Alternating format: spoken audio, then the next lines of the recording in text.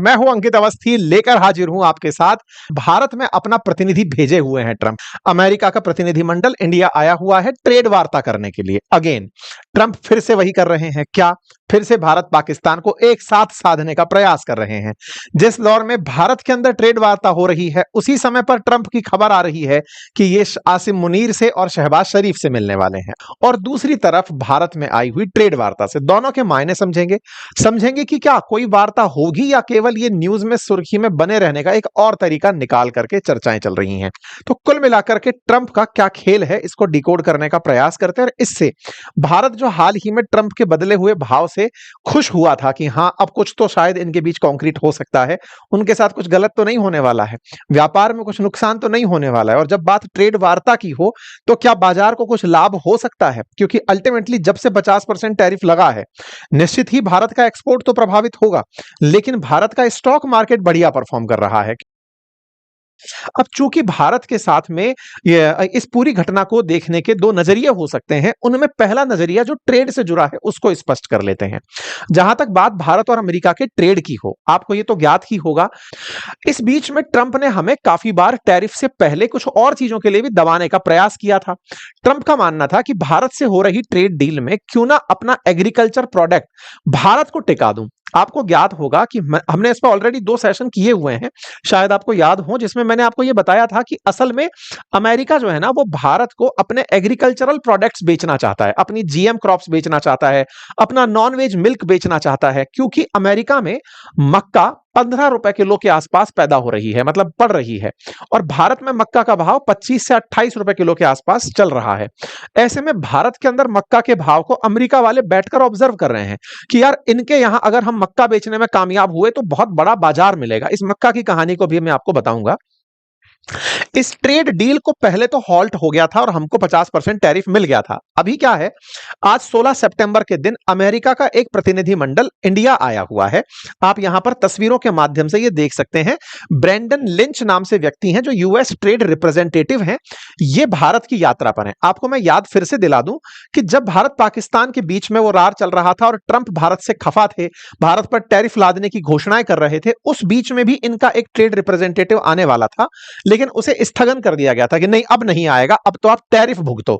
फिलहाल के लिए जब से ट्रंप के हाव भाव बदले हैं, भारत के साथ नरमी के लिए एससीओ बैठक के बाद जो नरम रवैया अपनाना शुरू किया है, उसके बाद इन्होंने अपना ट्रेड रिप्रेजेंटेटिव इंडिया भेजा है। तो यहां पर आप हेडलाइंस देख सकते हैं, ये ट्रेड रिप्रेजेंटेटिव इंडिया आया है। मैं जब आपका सेशन कर रहा हूं उससे कुछ ही मिनट पहले एक ऑफिशियल स्टेटमेंट भी आया है जिसमें बड़ा सकारात्मक रूप से रुझान दिखाए गए हैं भारत के द्वारा भी, कि वार्ता सकारात्मक रूप से आगे बढ़ रही है। अब वो वार्ता किस रूप में बढ़ रही है ये तो पता चलेगा। भारत की तरफ से राजेश अग्रवाल जो है कॉमर्स मिनिस्ट्री की तरफ से, वो रिप्रेजेंट कर रहे हैं इसको, और यूएस की तरफ से ब्रैडन लिंच बात कर रहे हैं। तो ये अग्रवाल और लिंच के बीच की वार्ता फिलहाल चल रही है और इस तस्वीर के माध्यम से आप देख सकते हैं कि यह वार्ता आज ही के दिन की है और ये तस्वीरों में कैद भी हुई है। अच्छा, चर्चा चल रही है कि भारत का जो 25% टैरिफ है प्लस जो अतिरिक्त 25% टैरिफ है, उसे कैसे न्यूट्रलाइज किया जाए। अब हम एक तरफ तो ये सोचने के लिए तैयार हो रहे हैं कि चलो कुछ अच्छा होगा, टैरिफ हटेगा। अमेरिका लेकिन एक और खेल खेल रहा है। आपको याद होगा, मैंने पहले भी बताया था, ये आप सेशंस आप बातें बाजार की पे अपनी पाठशाला पे देख सकते हैं कि अमेरिका ना जेनेटिकली मॉडिफाइड फसलें पैदा करता है। इनमें क्या होता है, फसलों के अंदर जीन में कुछ ऐसे परिवर्तन कर दिए जाते हैं जिनसे उत्पादकता बढ़ जाती है, रोग प्रतिरोधक क्षमता बढ़ जाती है। ये फसलें अच्छी पैदावार के साथ उत्पन्न होती हैं, लेकिन इनमें टर्मिनेटर जीन होता है, मतलब ये फसल के बीज से पुनः उत्पादित नहीं हो सकती। आपको अगर फसल पुनः बोनी है तो बीज भी उसी कंपनी से लेना होगा जिसने ओरिजिनल प्लांट बनाया था। जिस तरह भारत के अंदर बीटी कॉटन पैदा होती है, बिल्कुल ऐसे ही अमेरिका में बहुत सी फसलें जेनेटिकली मॉडिफाइड फसलें हैं जिनके जीन को मॉडिफाई करके टर्मिनेटर जीन के साथ पैदा किया जाता है। बड़ी उत्पादकता के साथ, उच्च रोग प्रतिरोधक क्षमता के साथ बड़ी बड़ी कंपनियों ने पूरी तरह से अमेरिका के जो कृषि क्षेत्र हैं उनको अपने कंट्रोल में कर लिया है। अर्थात उनके बीज से ही अब किसान फसल उत्पादित कर पाता है। बीज का दाम बढ़ेगा तो फसल का दाम बढ़ेगा, घटेगा तो इस तरह से वहां चलता है। ऐसे ही अमेरिका में उच्च उत्पादकता के साथ मक्का मक्का पैदा की जाती है और अमेरिका में मक्का दुनिया की सबसे ज्यादा उत्पादित होती है। अमेरिका के लास्ट टाइम से यही प्रयास चल रहे हैं कि भारत को कैसे ना कैसे करके नॉन वेज मिल्क बेचा जाए। अच्छा, मिल्क की कहानी क्या है कि जो डेयरी के पशु हैं, जो दूध देने के पशु हैं, दूध वाले जो पशु हैं, दुधारू, उनको मक्का खिलाई जा सकती है। और मक्का की पैदावार में हमारे द्वारा काफी सारे वो रहे हैं कि ये जीएम फसलें हैं और भारत सरकार इसको अलाउ नहीं करती है। जेनेटिकली मॉडिफाइड अगर फसलें हैं तो हमें डर रहता है कि इसका दो नुकसान है। पहला कि ये शरीर में कैसा असर डालेगी हमें नहीं पता। दूसरा, अगर हमने आप पर निर्भरता जता दी तो सस्ते दाम में आप एंट्री तो कर जाओगे, लेकिन फिर आप पर हमारी अति निर्भरता हो जाएगी और हमारे किसानों का बहुत नुकसान हो जाएगा। अमेरिका इन दिनों एक प्रयास कर रहा है और वो बड़ी खबर है। रशियन ऑयल के लिए जैसे इन्होंने पहले हम लोगों को प्रेशराइज किया कि आप तेल खरीदते हो इसलिए हमने आप पर सैंक्शन लगाए, अब अमेरिका के इन दिनों एक नए सुर निकले हुए हैं और वो सुर क्या है? इनका एक ट्रेड कॉमर्स सेक्रेटरी है हॉवर्ड लुटनिक। बहुत ही वाहियात किस्म के मतलब बयान होते हैं इसके, बहुत ही पता नहीं कहां से समझ के बोलता है। मतलब ये वाणिज्य मंत्री है एक तरह से वहां का। ये बोलता है कि भाई देखो, आप और सब जगह से तो मक्का खरीद लेते हो, हमारे यहां से मक्का क्यों नहीं खरीदते हो? हमसे तो आप वही जो ट्रंप बात बोलता है, अब इसने मक्का ऐड कर दी उसके अंदर। अब आपके दिमाग में आएगा मक्का में ऐसा क्या है जिसको लेकर के अमेरिका बावला हो रखा है कि मक्का ले लो, मक्का ले लो, भुट्टे ले लो, चल क्या रहा है? तो रशियन ऑयल से अचानक ये अमेरिकन कॉर्न तक कहानी कैसे शिफ्ट हुई, अब मैं आपको वो समझाता हूं। देखो कहानी क्या चल रही थी कि जो टैरिफ तेल को लेकर था उस पर तो अमेरिका की काफी भत्सरना हो गई कि साहब इंडिया के ऊपर तो आपने ट्रेड के चलते, तेल खरीदने के चलते प्रतिरोध लगा दिया, लेकिन चाइना का आप कुछ नहीं बिगाड़ पाए। तो इस बात पर अमेरिका को पीछे की तरफ हटना पड़ा। अभी ईयू वालों से कहा तुम भी लगा के दिखाओ टैरिफ, नाटो वालों से कहा तुम भी लगा के दिखाओ, मुझे ही बार बार आगे क्यों निकाल देते हो? तो कहीं ना कहीं तेल वाले मामले पे तो ये पलटने वाले हैं। ये जो ट्रेड वार्ता चल रही है इसमें तेल पर लगाया हुआ जो 25% टैरिफ है, मतलब रशियन तेल के कारण जो अतिरिक्त हम पर 25% लगा है, इसको अमेरिका वापस ले लेगा क्योंकि उसको कहीं ना कहीं से बैकलैशेस देखने को मिल रहे हैं।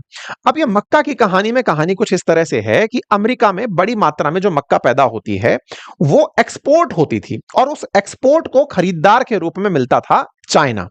चाइना ने जब ट्रंप के साथ वार्ता बिगड़ी तो उसने अपने किसानों से कह करके वैसी वाली जो मक्का अमेरिका पैदा करता था उससे भी उन्नत किस्म की प्रोटीन के साथ में मक्का अपने यहां पैदा करवाना शुरू कर दिया। मैं लेकर चलूंगा आपको, पहले आंकड़ों पर चलते हैं।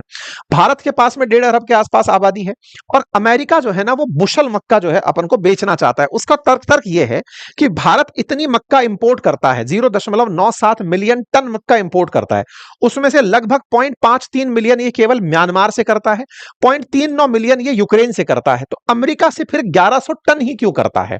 भारत खुद मक्का का उत्पादक होते हुए भी जब इंपोर्ट करता है तो इंपोर्ट करने में ये हमसे क्यों नहीं खरीदता? बस इतनी सी बात है। भारत जो सालाना 42 मिलियन टन मक्का का उत्पादन करता है, जो कि वैश्विक रूप से मक्का का निर्यातक भी, लेकिन हमसे क्यों नहीं खरीदता? लुटनिक का मामला मानना यह है कि भारत हमसे मक्का खरीद ले और मक्का इसलिए भी खरीद ले क्योंकि भारत इन दिनों E20 पेट्रोल बनाने में निकला हुआ है। आपको यह तो मालूम ही होगा, नितिन गडकरी जी के चर्चाएं इन दिनों जिसके चलते चल रही है कि पेट्रोल में अब इथेनॉल मिलाकर बेचा जा रहा है। 20% इथेनॉल हमारे यहां पर मिलाकर के पेट्रोल में बेची जा रही है। इथेनॉल बनाने के लिए हमें मक्का की जरूरत पड़ सकती है, हमें ज्वार, बाजरा, जो भी फसलें स्टार्च उत्पादित करती हैं जिससे इथेनॉल बनाया जा सकता है फर्मेंटेशन से, उसका उपयोग हो सकता है। तो भारत में असल मायने में पेट्रोल में इथेनॉल मिलेगा। इथेनॉल बनाने के लिए जो रॉ मटेरियल है वो मक्का हो सकती है। तो अमेरिका को यह पता है कि ये पेट्रोल तो भले ही ना खरीदें आने वाले टाइम में, लेकिन इथेनॉल बनाने के लिए मक्का तो और ज्यादा खरीदेंगे। तो मक्का खरीदेंगे तो ये म्यांमार से, यूक्रेन से, इन देशों से खरीदेंगे, हमसे क्यों नहीं खरीदते?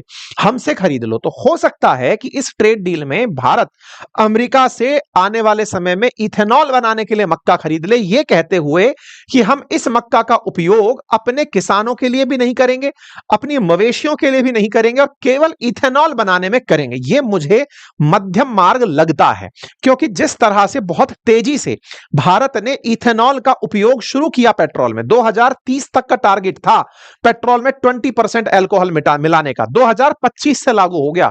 इतनी जल्दबाजी क्या थी जिसके चलते गडकरी जी को लोगों ने ट्रोल किया कि आपके बेटों की अल्कोहल की फैक्ट्री थी इसलिए यह सारी कहानी हुई।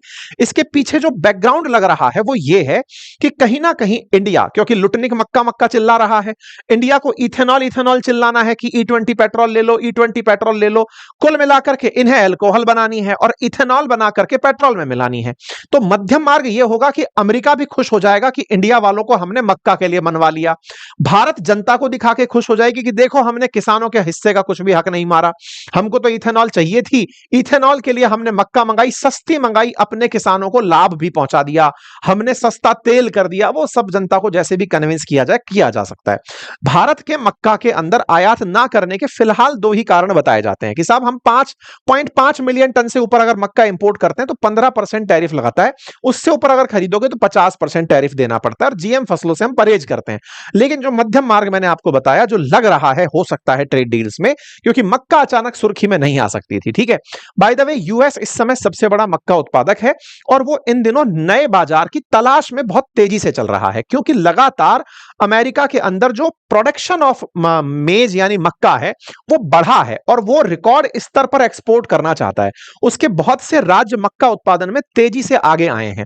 उसके सबसे बड़े इंपोर्टर्स में फिलहाल जापान है जो 3.94 बिलियन यूएस डॉलर का मक्का खरीदा है। मतलब 4 बिलियन डॉलर का मक्का खरीद लिए, इससे अंदाजा लगाइए। और इससे पहले चाइना इतनी ही मक्का खरीदता था। अगर आप आंकड़ा देखें तो अमेरिका का 18.57 अरब डॉलर का निर्यात था, मतलब बिलियन डॉलर का निर्यात था, जिसमें से 5.21 बिलियन डॉलर का मक्का केवल चाइना खरीदा था। उसके बाद में फिर इतना मक्का मैक्सिको खरीदा, फिर जापान खरीदा, कनाडा खरीदा। 2024 में यह आंकड़ा बदल गया। 2024 में अमेरिका जहां 22 में लगभग 18.5 बिलियन डॉलर की मक्का बेचा, वो यहां 13.5 बिलियन डॉलर की मक्का बेचा। क्यों? क्योंकि इस बार चाइना वालों ने मक्का का इंपोर्ट बहुत कम कर दिया। 5.21 अरब से सीधा 33.1 करोड़ पर आ गए। मतलब 10वां हिस्से पर ले आए इसको पटक के धाड़ से कि भाई इतना ही खरीदेंगे तुमसे। कुल मिलाकर के चीन के द्वारा मक्का के इंपोर्ट में जो कटौती हुई ना, उससे अमेरिका का आप घाटा देख सकते हो, सीधा सीधा 5 बिलियन डॉलर का घाटा 2 साल के अंदर होता हुआ दिख रहा है। तो अमेरिका क्या चाहता है फिलहाल कि उसे बाजार की तलाश है। अच्छा, ये तो 2024 का आंकड़ा है। अभी जो चालू कैलेंडर वर्ष है इसमें तो अभी तक चाइना ने केवल 24 लाख डॉलर की मक्का खरीदी है। तो कुल मिलाकर अमेरिका से चाइना को आने वाली जो मक्का थी उसमें भयंकर गिरावट आई है। रीजन मार्च में छपी एक खबर है जिसमें चाइना ने खुद ने अपने हाई प्रोटीन कॉर्न का प्रोडक्शन शुरू कर दिया, फॉरेन सोयाबीन और कॉर्न को रिप्लेस करते हुए कि हम अपनी मक्का खड़ी कर देंगे, हम अपने हिसाब से सोयाबीन की फसलें बनाएंगे, हम बाहर से नहीं मंगाएंगे। तो ये जो आत्मनिर्भरता साइंस के आधार पर चीन ने पाई, इसने चाइना ने अपने आप को इतना डेवलप कर लिया कि हम अमेरिका से नहीं लेंगे। आप में से कुछ लोग हो सकता है ये कहें फिर तो भारत को भी जीएम फसलें उत्पादित करनी चाहिए और उन्हें कमर्शियल पर्पस के लिए कि भाई इथेनॉल बनाने के लिए किसानों से कह दो, किसान खुद से ही इथेनॉल बनाने के लिए अलग से मक्का उत्पादित करेंगे, जीएम फसलें होंगी, उन्हें खाने में उपयोग में नहीं लेंगे, पशुओं को नहीं देंगे, केवल इथेनॉल बनाओ, पेट्रोल के साथ मिलाकर के पर्यावरण को बचाओ। तो भारत सरकार बजाय अमेरिका को परमिशन देने के अपने किसानों को परमिशन देकर चाइना की बराबरी कर सकती है। लेकिन ये तो देखने वाली बात है कि नेगोशिएशन कहां जाके सेट होते हैं।